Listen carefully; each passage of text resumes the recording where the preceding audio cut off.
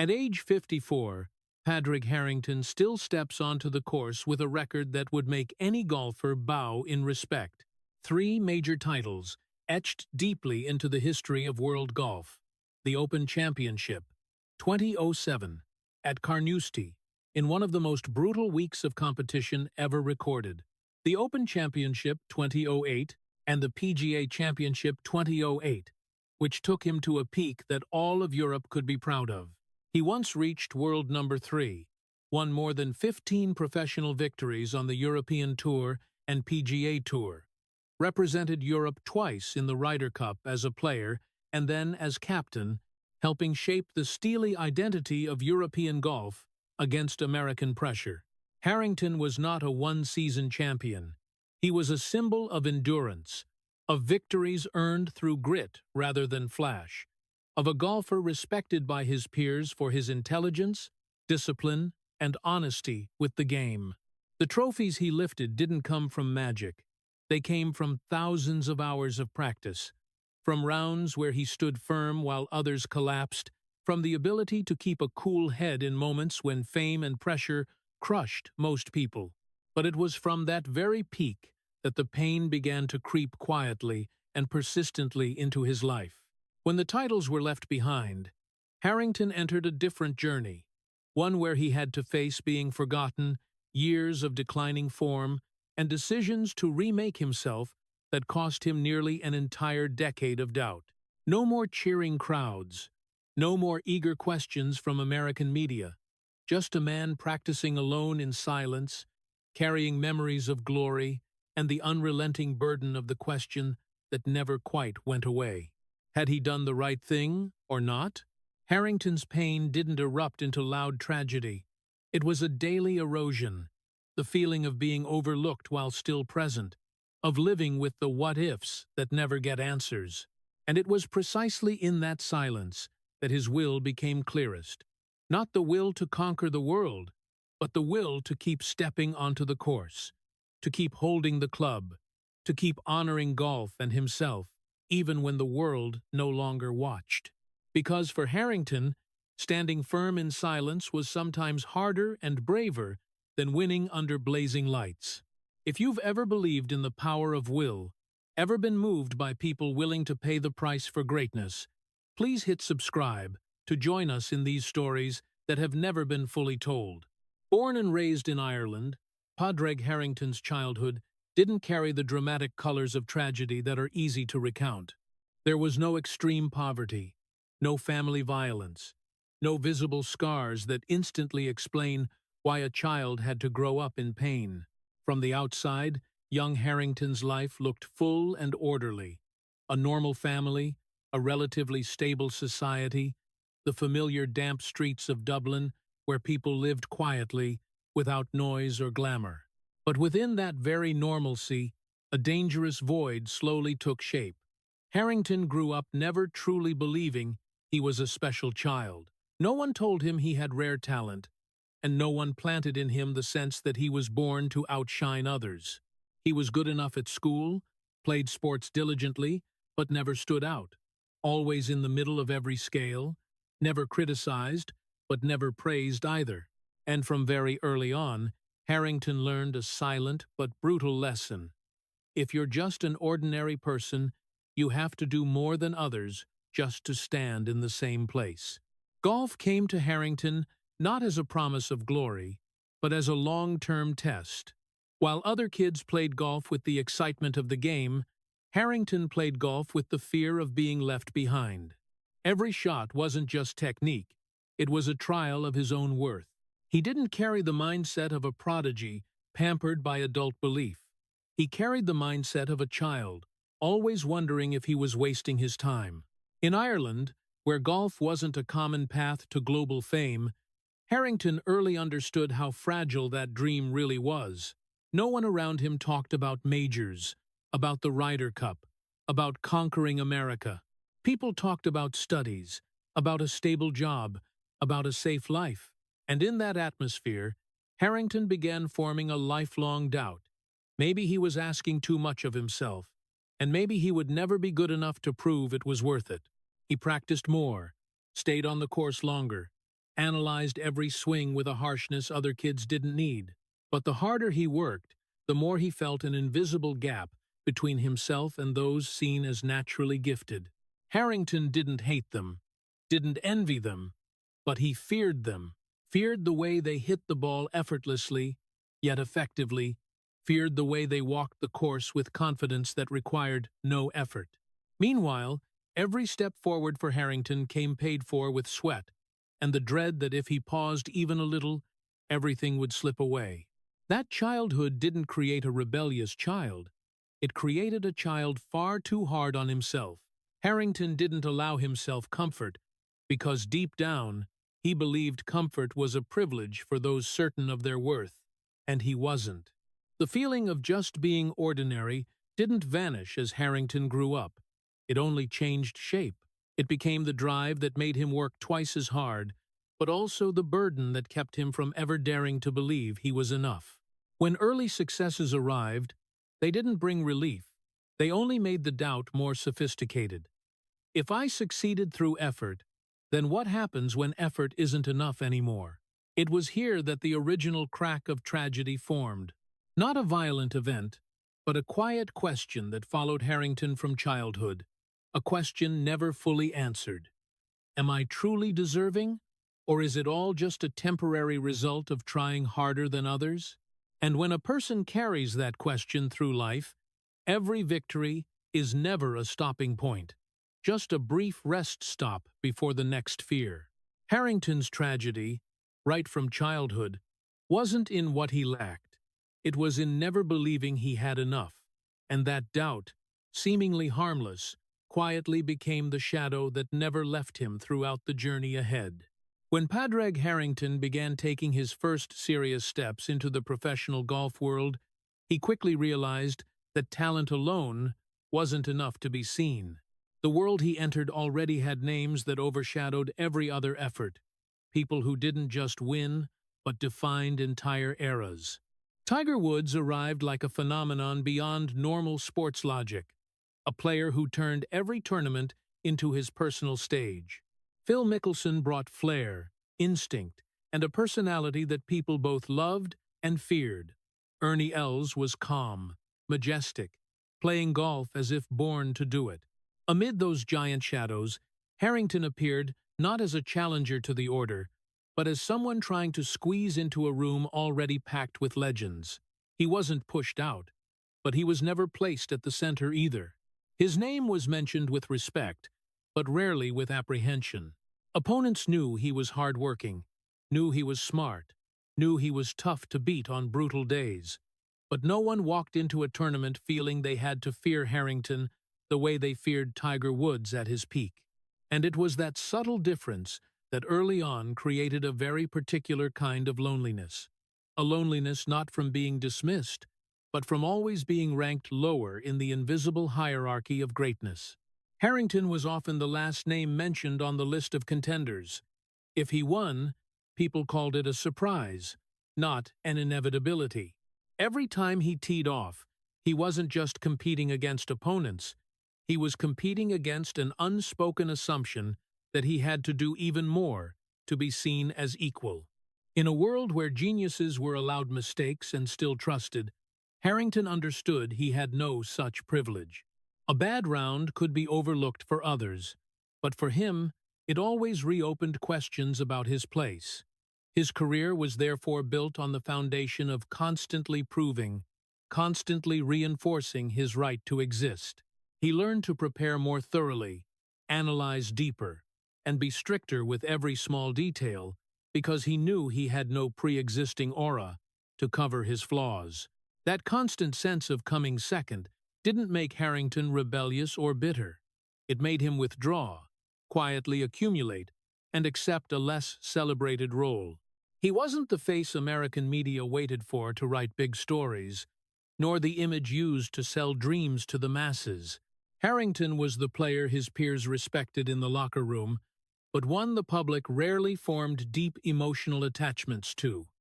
And it was in the gap between respect and awe that a loneliness took early root. He grew accustomed to starting from a lower position in every comparison, accustomed to his success needing extra explanation, while others' success spoke for itself. Harrington didn't complain, didn't lament, but he remembered it. Every tournament was a reminder that he was never the first choice, that to stand in the same room as the legends, he had to take one more step when others had already stopped. This loneliness wasn't loud.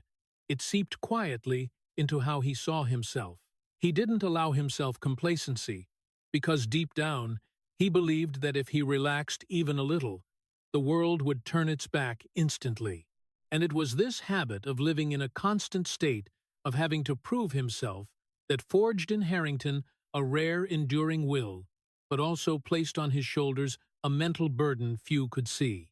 In the world of legends, where the spotlight always stayed on a few familiar names, Harrington learned to exist in the shade, learned to endure never being prioritized, and from that, he entered his journey with an early and painful lesson.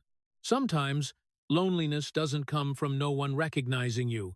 It comes from always having to prove, over and over, that you deserve to be here. Padraig Harrington's success didn't arrive like a storm, sweeping away all doubt. It came like a slow-rising tide, bit by bit, enough for outsiders to notice the progress, but never enough to erase the quiet questions burning inside him.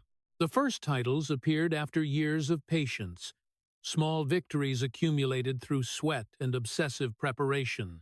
There was never a moment when Harrington stepped onto the podium feeling finally, "I've arrived," because, with every win, what he saw first wasn't confirmation. It was a new, higher standard that had just been set.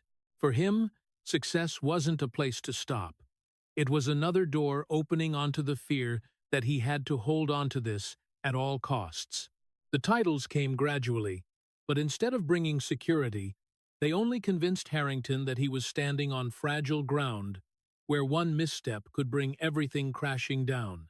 He never allowed himself to fully savor a victory, because in his mind, the familiar question always echoed, "Is this my limit, or just a lucky moment disguised as effort?" The more he won, the harder he became on himself. Every good round immediately led to long analysis sessions, pages crammed with notes about imperfect shots, tiny deviations only he noticed. While others celebrated, he returned to the practice range, as if the win had merely proven he still had to do far more to avoid being caught. Harrington's career therefore grew inside a painful paradox. Success was never enough to soothe his unease. It only made it more sophisticated, harder to detect.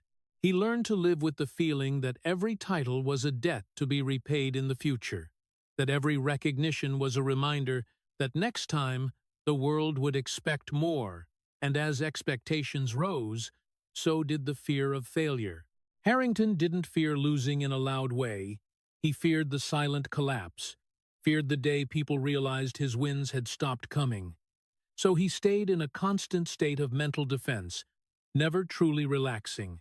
On quiet evenings after tournaments, in silent hotel rooms, Harrington didn't sleep soundly with satisfaction. He slept with a list of things to improve tomorrow. Success arriving slowly made him believe it could vanish at any moment, and that belief sank so deep he never felt truly secure. For Harrington, winning wasn't validation of his worth, it was a harsher new test than the last one. He didn't allow himself to think he was good enough, because if he admitted that, he feared he would lose the only drive that had brought him this far. While others used victories to build confidence, Harrington used them to tighten discipline, to force himself into an even stricter mold. And there, the first great paradox of his life emerged clearly. Success didn't cure self-doubt. It only helped it survive longer in a more refined and dangerous form.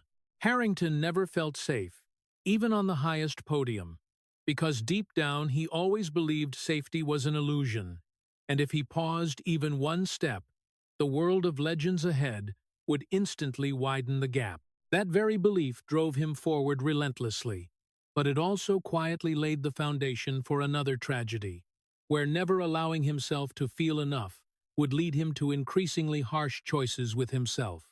Carnoustie 2007 wasn't a place for dreaming. It was where the Open showed its cruelest face, a course infamous for headwinds, narrow fairways, thick, rough, and water hazards ready to swallow any mistake. There, victory rarely went to the player who hit the prettiest shots, it usually went to the one who endured best.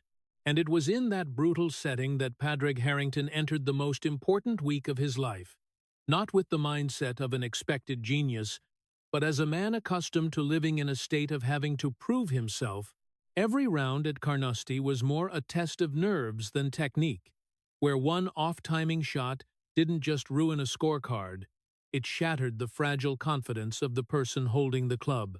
Harrington didn't walk onto the course with the ease of those who believe talent will save them. He walked stiff, focused almost to the point of self-imprisonment in silence, as if the whole world had shrunk to just him, the ball, and the cold wind whipping off the Scottish coast. His shots lacked flash. They didn't make crowds gasp with daring, but they carried a strange resilience, the energy of someone who refused to let himself give up. As the tournament moved into the final rounds, Carnoustie began to reveal its full brutality. Highly rated names fell one after another, small mistakes magnified into disasters, pressure mounting with every hole. Harrington wasn't immune to errors, but the difference was that he didn't let them destroy him. Instead of reacting with frustration or panic, he accepted the pain as an inevitable part of the game, reset his stance, took a deep breath, and moved on as if nothing had happened. The climax of that week came at the 18th hole of the final round, where Harrington hit his ball into Barry Burn, a mistake that seemed enough to end his major dream. In that moment, Carnoustie gave him a full taste of its cruelty, but Harrington didn't collapse.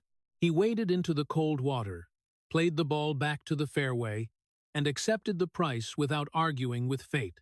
That bogey put him into a playoff a slim chance, but enough to prove he could still stand.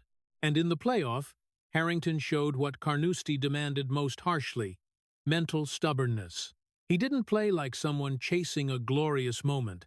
He played like someone determined not to be the last one standing. When victory finally came, it didn't have the perfect beauty of a dominant champion.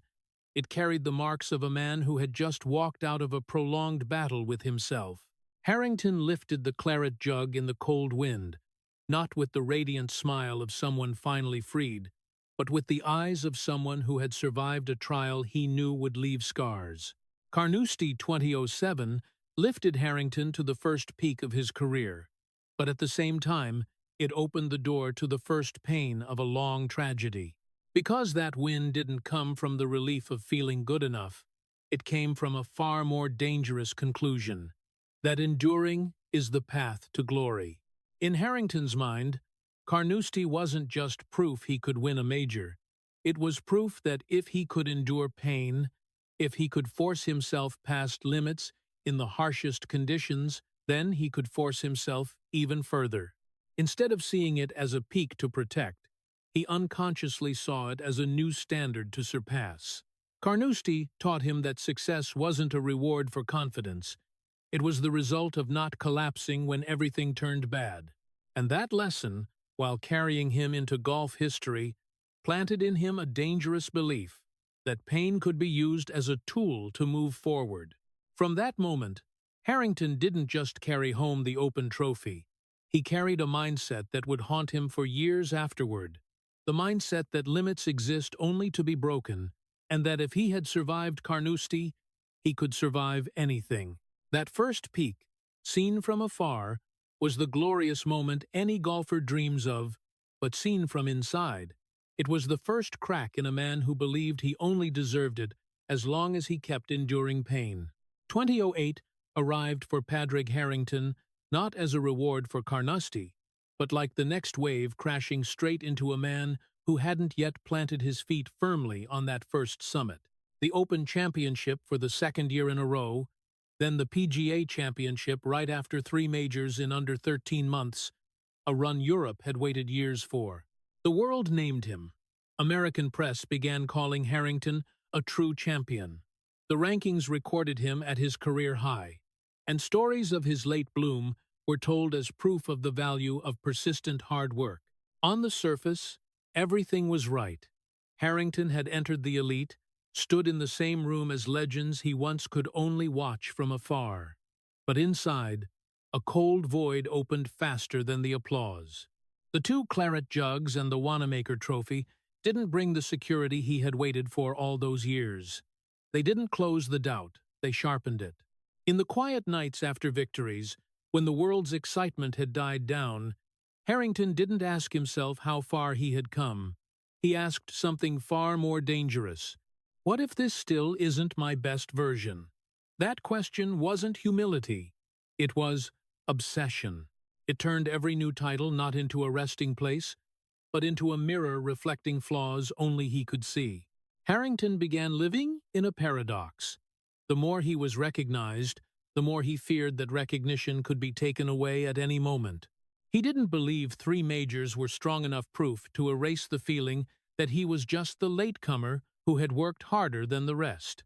Instead of letting himself enjoy a rare period when everything seemed to be on his side, Harrington tightened discipline even further, analyzing every swing with near-brutal strictness, as if each win was only a thin coat of paint hiding in still imperfect structure. While the world saw triumph, he saw the risk of stagnation. He feared that if he stopped to celebrate, he would be caught, overtaken, and return to his familiar place behind others' spotlight. That fear wasn't loud, it was quiet and reasonable enough to be hard to argue against. Harrington believed the very strictness that brought him here would vanish if he loosened it. So, the 2008 peak didn't bring peace.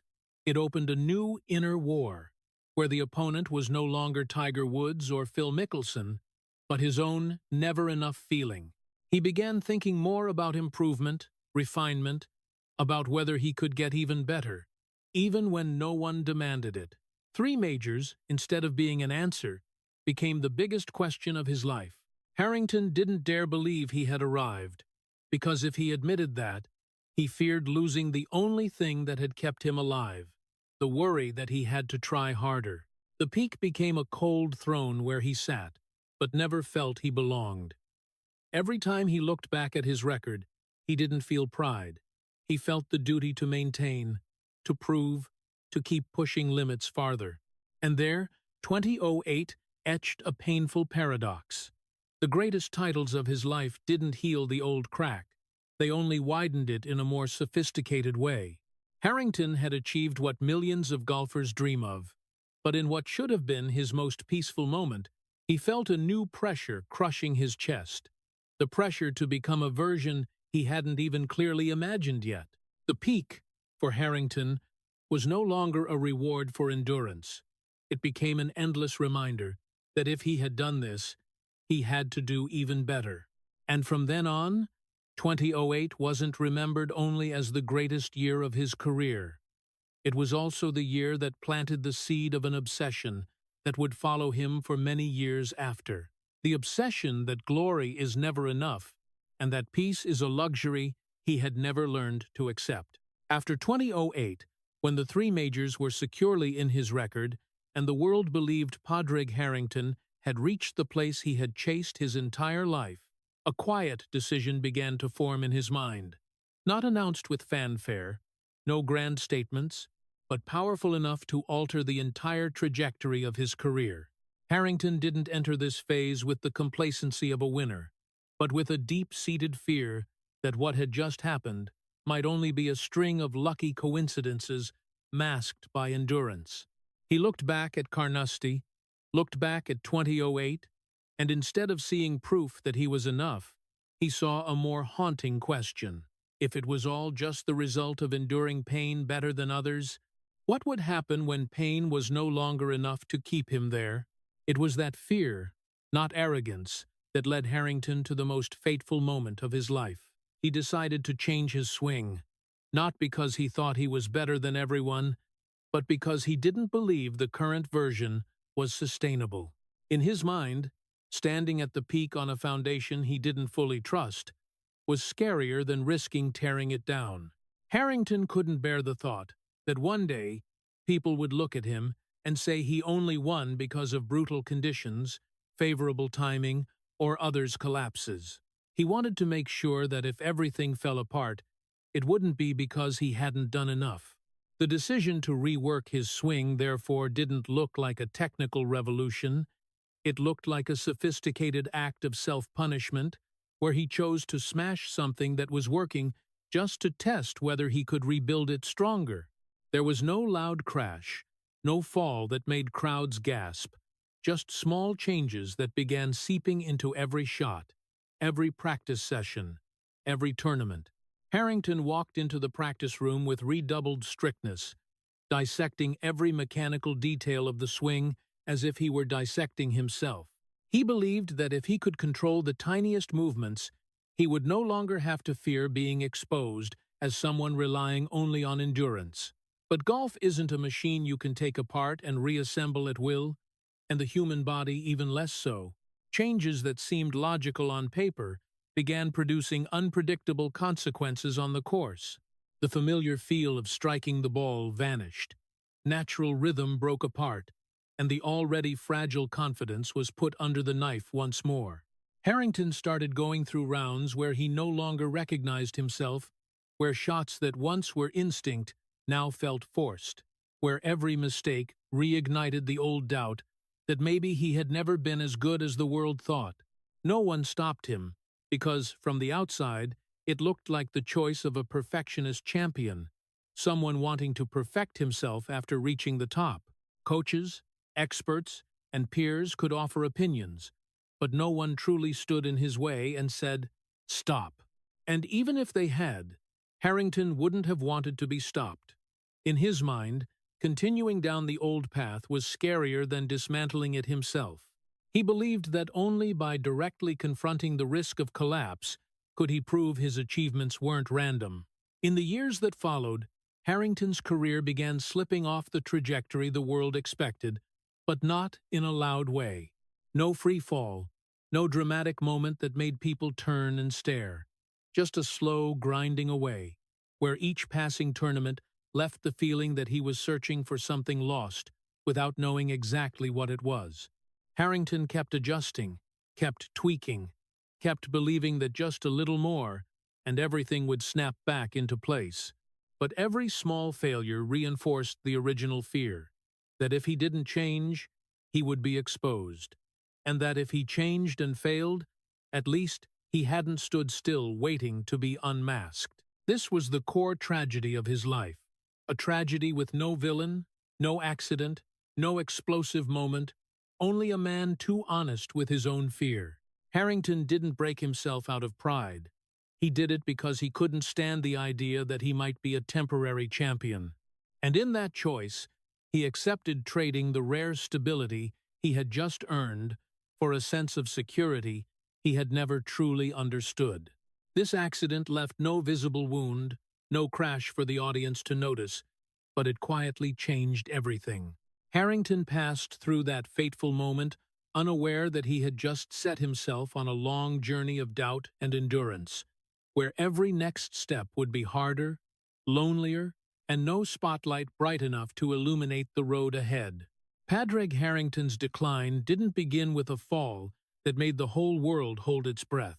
It began with a string of days passing in silence, where everything worsened so slowly that no one could pinpoint the exact starting moment. After deciding to change his swing, Harrington entered new seasons, believing the temporary discomfort would eventually be rewarded, that if he was patient enough, body and technique would find harmony again. But golf doesn't negotiate with belief, and time doesn't wait for silent promises. His form began to slide not through spectacular collapses, but through middling results, rounds that ended earlier than expected, scorecards not bad enough to shock, but not good enough to feed hope. The majors, once his stage, gradually became places he exited, while the tournament was still warming up. Weekend days that were once familiar territory now became a luxury. Harrington suffered no major injury to comfort himself that his body had betrayed him. He also avoided any scandal to draw attention, no personal drama big enough to mask the plain truth that he simply wasn't competing at the top level anymore. It was precisely the absence of clear reasons that made the pain heavier. No one to blame, no circumstances to fault, just a man forced to face the feeling that his own choices were quietly taking away the most precious thing, the ability to believe in himself. Each passing season, Harrington entered with the same familiar ritual: practice more, analyze deeper, believe that with just a little more time, everything would align. But each early tournament exit eroded that belief a little further. This decline wasn't loud. It didn't produce sensational headlines or heated debates. It happened in the gray zone of elite sports, where people don't hate you, but they no longer wait for you either. Harrington began getting used to teeing off without a special crowd following, used to his name no longer appearing in pre-tournament predictions. The most painful part wasn't criticism. It was the gradual indifference that enveloped everything. Small failures accumulated over the years, each one not enough to conclude anything, but together forming an undeniable picture. Harrington saw it clearer than anyone. He saw himself strike the ball well in practice, but failed to translate it on the course. Saw progress in one detail, but regression in another. The feel of the ball, once instinct, now became something he had to search for every day. Every swing carried a hint of hesitation, a touch of over-control, as if he were asking permission from himself before hitting. And in golf, even one moment of hesitation is enough to throw everything off. Year after year, Harrington kept showing up at majors, with the faint hope that experience and will would carry him through the rough patch. But majors don't forgive lack of confidence. They expose every crack, no matter how small. Harrington often left quietly, not because of disastrous rounds, but because of rounds that were not quite good enough. And it was that, not quite, that tormented him most. If he had played terribly, perhaps he would have been forced to change sooner, forced to face the truth decisively. But he wasn't terrible, he was just no longer exceptional, and that in-between state stretched on for years, long enough to become a familiar condition. American media didn't turn their backs abruptly. They simply moved on to other stories. Harrington was still mentioned with respect for the past, but rarely with expectation for the present. Whenever his name appeared, it came with phrases like former champion, once was, had his time, gentle but cruel phrases, because they confirmed time was no longer on his side. Throughout that more than a decade stretch, Harrington didn't disappear. He kept working, kept fighting, but the fight became increasingly internal. He was no longer battling Tiger Woods or new stars. He was battling the memory of himself, with the question of whether that long-ago decision was an irreparable mistake. Each passing season without an answer drove the question deeper. But Harrington didn't allow himself to stop, because stopping would mean admitting the years of endurance had been meaningless. So, he kept stepping onto the course, kept experimenting, kept believing persistence would be rewarded even as the evidence grew thinner. This decline that lasted more than a decade didn't rob Harrington of his character.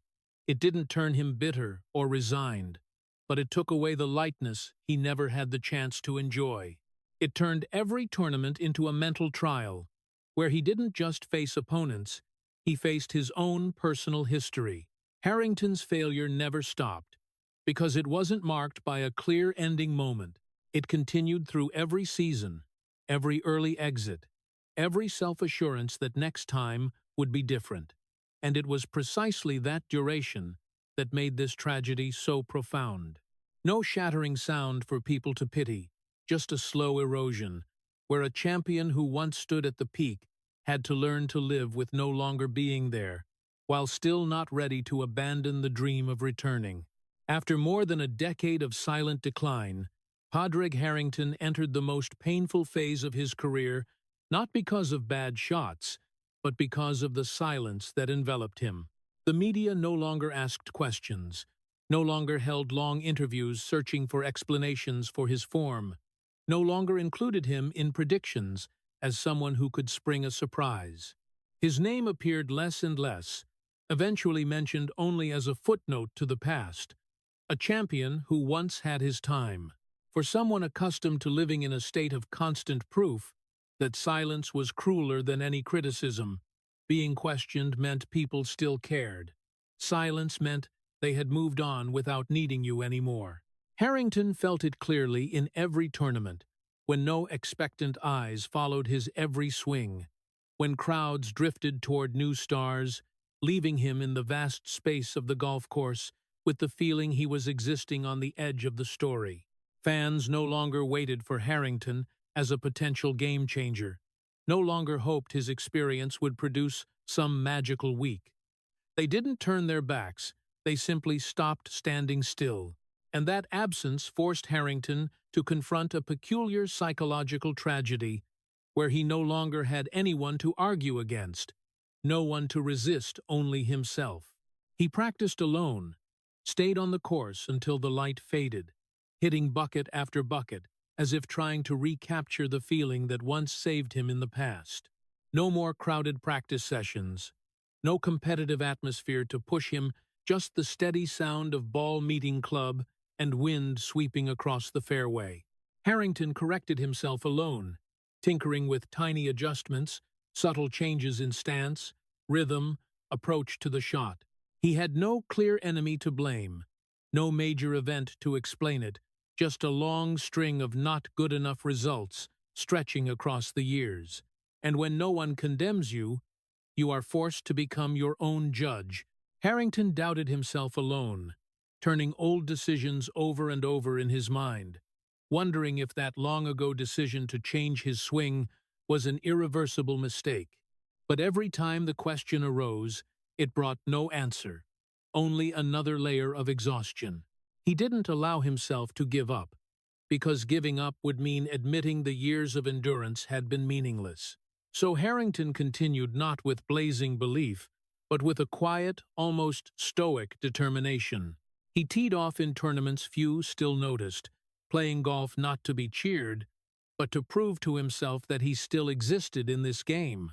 That silence didn't create dramatic moments, didn't deliver visible tragedy, but it gnawed away gradually, stripping away the sense of belonging Harrington once craved.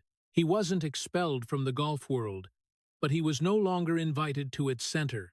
Every morning, he woke up having to answer for himself why he still continued, when the rewards seemed farther away than ever.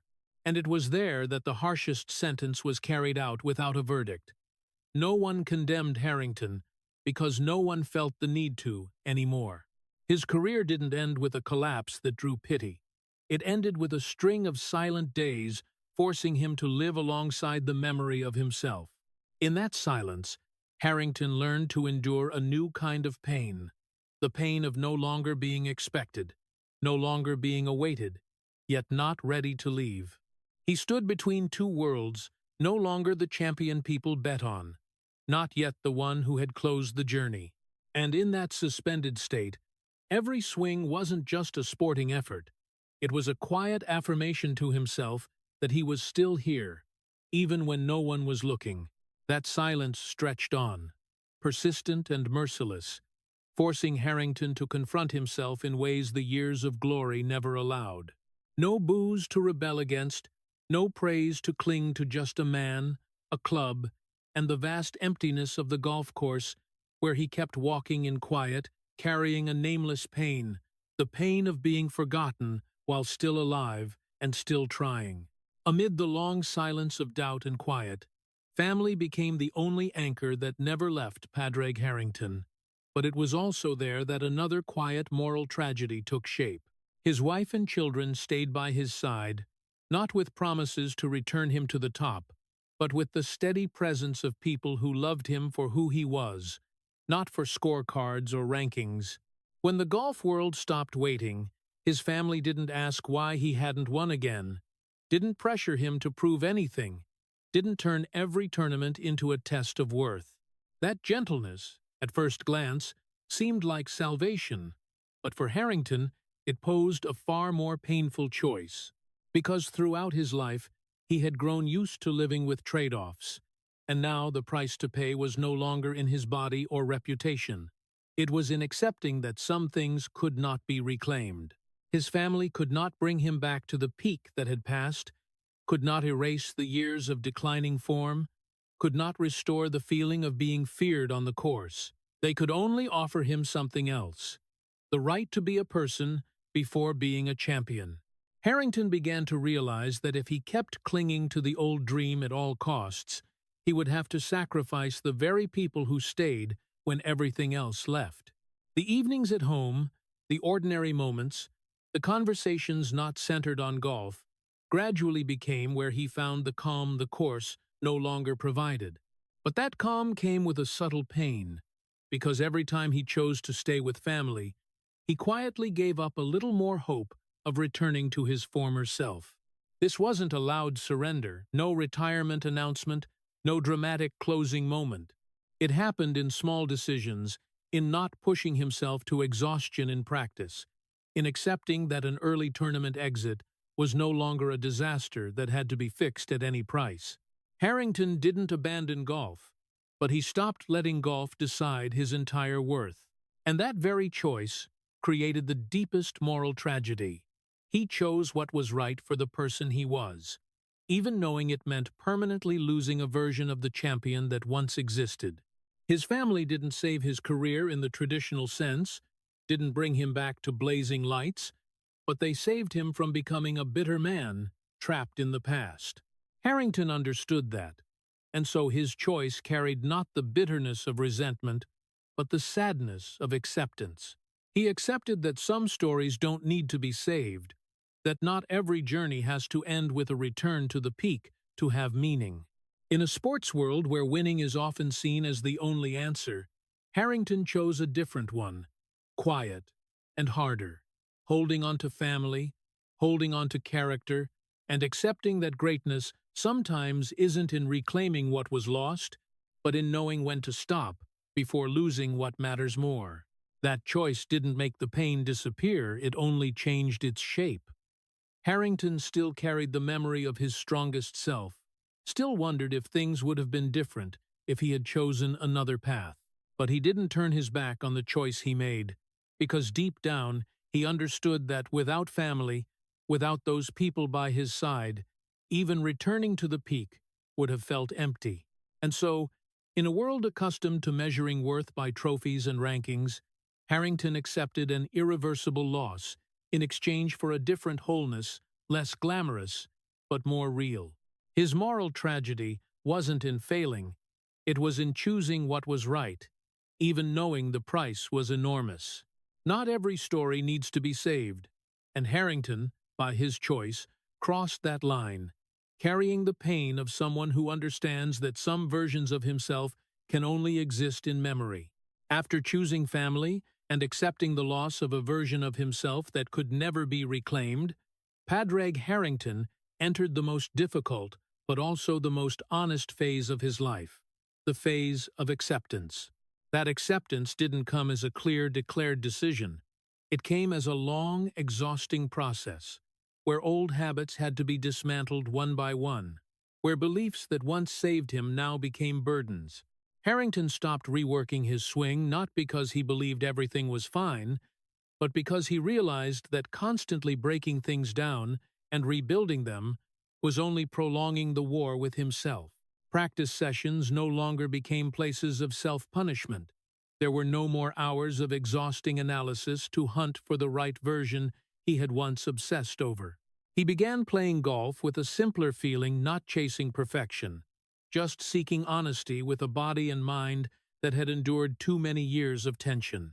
Stopping the swing changes was a small act from the outside, but for Harrington, it was the breaking of pride, because it meant admitting that what he once believed was the only path might have been wrong. At the same time, he stopped comparing, stopped looking at rankings to measure his worth, stopped placing his name next to old legends or new stars. Harrington understood that comparison had fueled him for a long time, but it was also what had kept him from ever resting. When the comparing stopped, he faced an unfamiliar emptiness, a place with no clear standards to cling to. And in that emptiness, he was forced to ask himself what he was playing golf for when winning was no longer the only measure. Stopping self-punishment was the hardest step. Harrington had grown used to turning failure into fuel by being harsher on himself than anyone else. He had believed that if he didn't push himself to the limit, he would lose his right to exist at the highest level. But after many years, he realized that punishment no longer led to progress. It only prolonged the pain. Stopping self-punishment didn't make doubt disappear instantly, but it opened the possibility of living with doubt without letting it control his entire being. Harrington's acceptance didn't bring instant relief. It came after he had paid the full price, after the peak years had passed, after the chance to return to his old self had nearly vanished, and because of that, it carried an unavoidable bitterness. Harrington didn't accept because he had no other choice.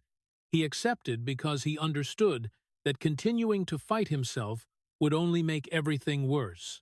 He began allowing himself to play a round of golf without tying it to a verdict on his worth, allowing an average result to exist without needing immediate repair. This wasn't surrender, it was a redefinition of discipline. Discipline no longer meant forcing himself beyond limits every day. It meant knowing when to stop to protect what remained whole in the person. Harrington learned to look back at his journey without denying it. He didn't erase the past, didn't disown the decisions that brought him here. He simply stopped fighting them. That breaking of pride didn't make him weaker, it made him quieter, less talkative, less in need of proof. And in that quietness, he found a kind of calm he hadn't allowed himself for many years. Acceptance didn't bring new victories, didn't create a spectacular comeback, but it returned to Harrington the right to live without constantly putting himself on trial. After paying the price with an entire decade of doubt, he finally allowed himself to exist without needing to be the best version he once had. And it was in that moment, when the man stopped fighting himself, that the tragedy didn't disappear, but it changed shape, from a fierce battle into a quiet scar, reminding him that acceptance isn't a reward for victory, it's the belated result of having gone too far down the path of self-forcing. When Padraig Harrington stepped onto the PGA Tour Champions, it wasn't the long-awaited return, it was a quiet shift to another stage, where those who had passed their peak learned to live alongside its memory. He won again. Titles came late, as a confirmation that talent and discipline had never truly left him, that those hands still knew how to handle pressure, that mind still read the golf course with rare clarity. But no one, not even he, mistook it for a return to the old peak. These wins didn't turn back time, didn't erase more than a decade of erosion, didn't make the questions that haunted him in the dark years disappear. The PGA Tour Champions brought Harrington joy, but it was a bounded joy, a joy enjoyed with clear awareness that this was a different chapter, not a continuation of the old story. He stepped onto the course with the calm of someone who had stopped fighting himself, playing golf in rhythm with his current body. No more forcing, no more punishing, no more chasing an image he knew he couldn't reclaim. And that very honesty made these wins respectable, even if not dazzling. Harrington didn't celebrate like someone just rescued. He smiled like a man who had accepted the roundabout path of fate. His opponents on the Champions Tour understood that clearly. They didn't see him as a former champion chasing old lights. They saw him as someone carrying the experience of both glory and failure, ready to compete without needing to prove anything beyond respect for the game. But even when the leaderboard tilted in his favor, even when the trophy was handed over, the old pain didn't vanish. It only receded, lying still like a healed scar that was still there, reminding him that the lost years couldn't be compensated by late wins. Harrington knew that better than anyone. He didn't let the new titles fool him, didn't let them become proof that everything was finally okay. He saw them as rewards for persistence, not resurrection. That distinction mattered, because it showed he had learned to place joy in its proper place, not so low as to become bitter, but not so high as to turn into illusion. The PGA Tour champions gave Harrington a space where he could compete without carrying the burden of global expectations, where every round was no longer a referendum on his self-worth. He played golf with purer focus, fewer thoughts, and, paradoxically, that helped him play better. But even in the best moments, he never forgot this was a different phase, a path for those who had gone far and returned in their own way. Late joy came with steadiness, not explosive, not convincing anyone that everything had been fixed. Harrington no longer sought external validation. He knew that if anything had been salvaged, it was his relationship with golf, not his place in history. And that was a humble salvation. Quiet, not loud, but enough for him to keep moving forward without constantly looking back. The wins on the Champions Tour didn't erase the pain of the forgotten years, didn't lighten the what-if questions that still returned on quiet evenings, but they brought a different truth, that a sporting life doesn't have only one peak, and that finding joy after paying the price doesn't diminish the value of the pain endured. Harrington understood that calling this a resurrection would be self-deception. This was an incomplete rebirth, a humble continuation, where joy existed alongside memory, where victory didn't deny failure but stood beside it as part of the whole story. And in that fragile balance, Harrington found a new way to exist. No old halo, no need for miracles, just the truth that he could still play golf with self-respect, with calm, and with a joy deep enough not to need to hide the remaining pain. When looking back at Padraig Harrington's entire journey, his true legacy isn't neatly contained in the 3 major trophies or the cold numbers on the stat sheet. It lies in the price he accepted paying without resentment. Harrington didn't ruin his life in the way people usually tell the tragedies of stars, no self-destruction through downfall, no losing himself in impulsive decisions. On the contrary, his tragedy lies in being too clear-headed, too honest with himself, to the point of being willing to sacrifice a winning version of himself to live true to his professional conscience. When he changed his swing at the peak, Harrington didn't do it to challenge the world. He did it to answer a question he couldn't avoid. Were those victories sustainable, or were they just the result of enduring brutal conditions? He chose truth over safety, risk over clinging to the spotlight. And in that choice, he traded a champion version that might have lasted a few more years for the feeling that he wasn't living in illusion. Harrington's legacy, therefore, isn't the story of someone who didn't know when to stop. It's the story of someone who stopped too late, after paying nearly the full price. He sacrificed the feeling of being feared on the course, sacrificed the central place in public memory, sacrificed even the peace a champion usually keeps for himself, to gain something harder to measure: inner wholeness. Harrington couldn't live with the thought that he was protecting a peak he didn't fully believe reflected who he truly was. And so he let time take what it wanted, as long as he didn't have to deceive himself. That's a form of courage, rarely celebrated, because it doesn't create glorious moments, doesn't let people rewrite the story like a fairy tale. People easily praise those who hold on to the peak at all costs, but rarely pause to understand those who trade the peak to keep their professional conscience. Harrington belongs to the second group. He didn't disappear from golf, but he also didn't cling to it as a last lifeline. He kept playing, kept competing, but no longer willing to sacrifice more important parts of himself just to be called great. And that's where his legacy becomes different. Harrington didn't leave behind the image of an untouchable champion. He left behind the image of a man who paid enough for his honesty. Those who understand golf deeply see him, not just through wins, but through how he accepted prolonged failure without losing character, through how he faced being forgotten without bitterness, through how he kept living without needing to prove every choice was right. Harrington's tragedy isn't that he lost the peak. It's that he understood exactly what he lost and still chose to live with it. He didn't comfort himself that everything would be okay, didn't turn the pain into legend to hide the truth. He let it exist, as part of who he is, and kept walking. In a sports world that often worships perfection and final results, Harrington's legacy reminds us that some values can't be measured by wins. He paid enough for refusing to compromise his conscience, for refusing to accept a peak he didn't believe was real. And because of that, the respect given to him carries the color of pain, not dazzling, but enduring, just like the way he lived, played golf, and chose to become a man he could look in the mirror every day without wondering if he had betrayed himself. At age 54, Padraig Harrington still wakes up every morning with the routine of an athlete, but his body now speaks a different language. Movements that once flowed smoothly now require careful warm-ups. Shots take longer to find their rhythm. Small pains appear as reminders that time has left its marks.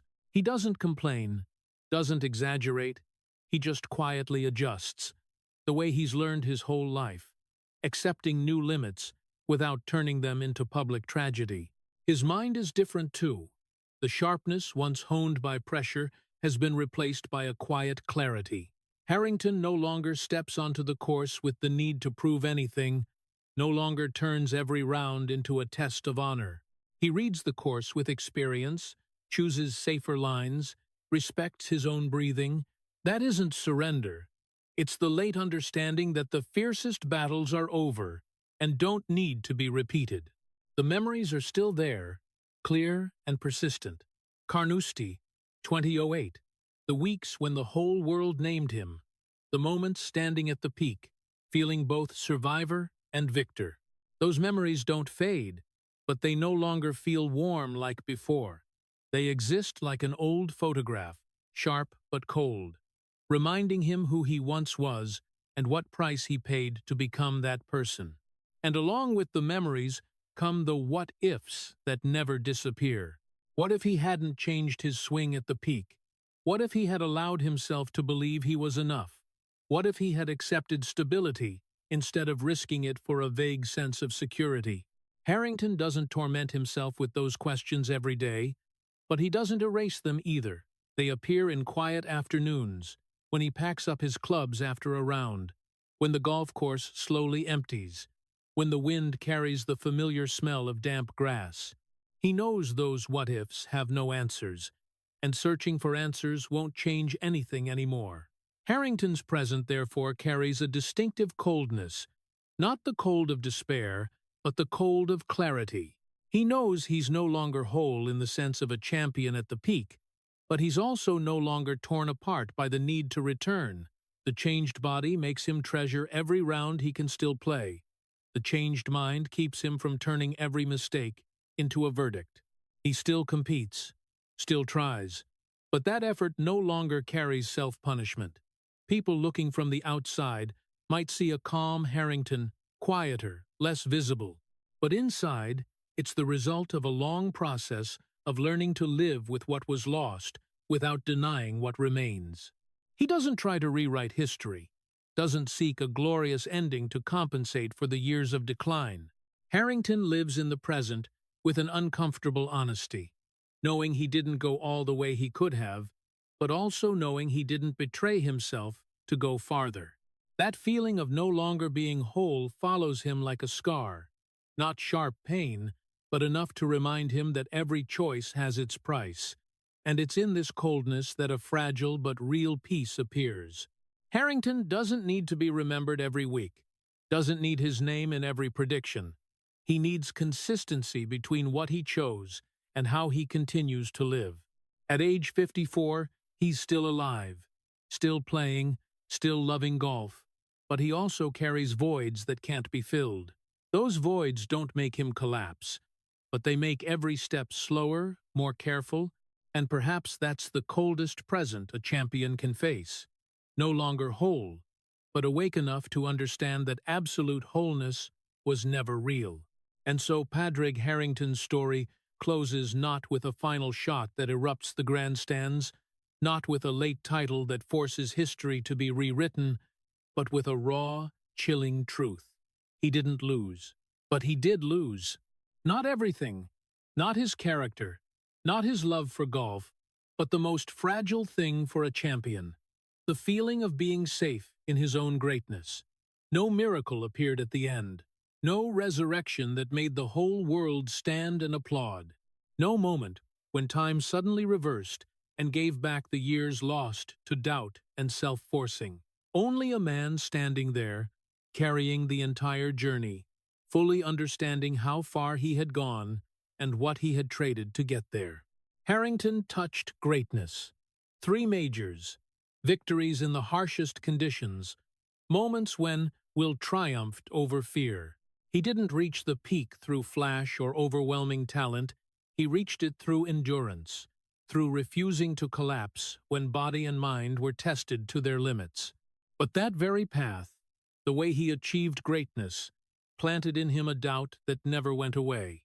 Harrington never believed he truly deserved what he achieved, and because he didn't believe, he couldn't hold on to it with calm.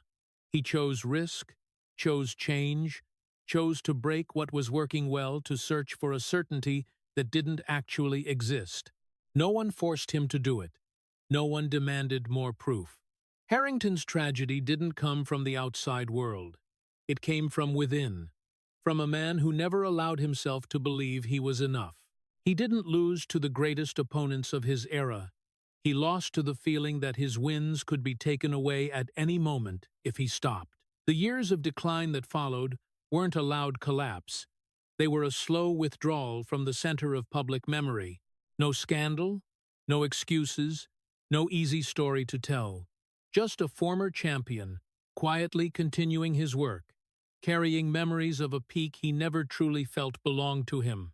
Family by his side, late joy on the Champions Tour, eventual acceptance, all were pieces that helped him keep living. But none erased the truth that one version of Harrington was lost forever. The version that believed he deserved to be there, that believed victory didn't need further justification. At age 54, Harrington isn't a broken man. He's still alive, still walking, still playing golf with self-respect and calm, but he also carries voids no title can fill. The what-ifs don't need to be spoken, they've become part of the silence. He doesn't need cheap consolation that everything will be okay, because he understands that not every loss needs fixing for a life to have meaning. Some losses just need to be acknowledged. Harrington's ending, therefore, carries a special sadness. Not dramatic, not melodramatic, but heavy.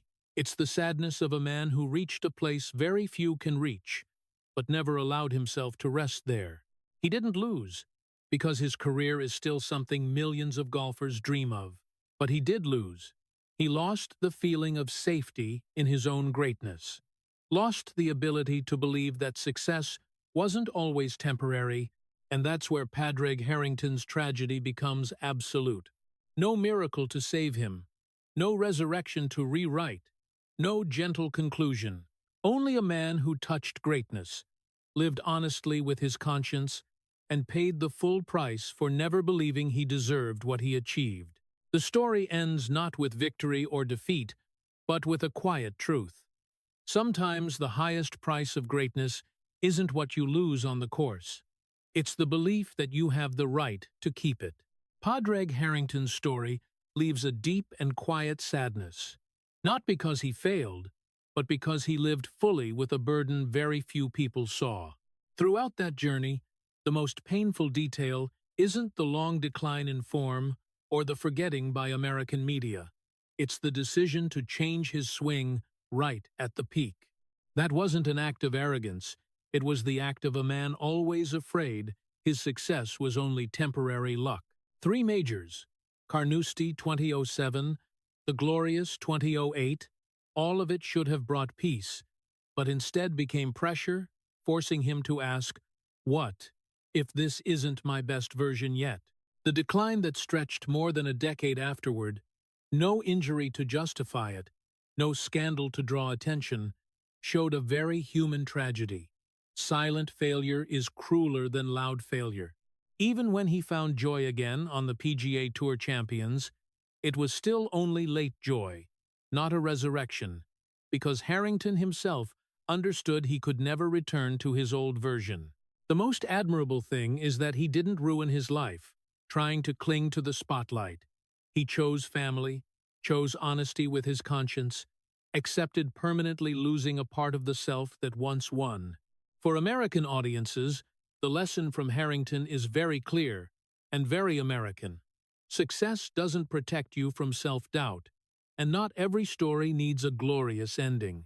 In a society that worships winning, this story reminds us that knowing when to stop, knowing how to accept the price paid, and living true to your values is also a form of courage. Harrington doesn't need to be remembered as perfect. He needs to be remembered as a man who touched greatness, paid the full price for it, and still kept his character. That is the most enduring legacy.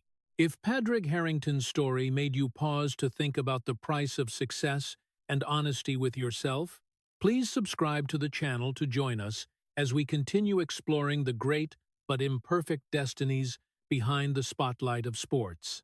Thank you for staying with us until the end of this story, and we'll see you in the next video, where we'll keep listening to journeys that touched glory and paid the full price for it.